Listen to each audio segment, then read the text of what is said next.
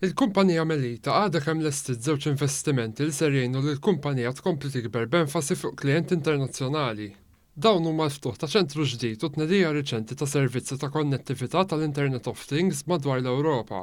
Is-servizzi ta' konnettività qed jiġu pprovduti permezz tal-pjattaforma ġdida melita.io. Din il-pjattaforma ntwerit lis-Segretarju Parlamentari għall-Innovazzjoni Silvio Xkembri waqt żjara fil-Faċilità Teknika tal-Melita fil-Madlina. Fil-waqt li tuża n-networks internazzjonali biex twassal is-servizzi tagħha lil minn Malta, klijenti lokali għandhom il-benefiċċji addizzjonali provduti min-netwerk tal-Internet of Things tal-Melita. Il-kap eżekuttiv tal-Melita Harald Rasch spjega li l-kumpanija wettqet investimenti kbar fl-infrastruttura tagħha biex issanda waħda mill-akbar networks b'saħħithom fl-Ewropa.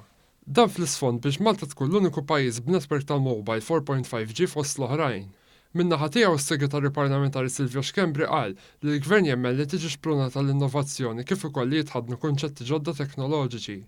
Saħaq li dawn it-teknoloġiji huma triq il qudiem għas-settur privat f'dawn iż-żminijiet li ġejjin, fosthom fit-telekomunikazzjoni. Spjega li l-kumpaniji tat-telekomunikazzjoni huma sħab importanti biex pajjiżna jibqa' minn ta' quddiem net f'din ir-rivoluzzjoni diġitali.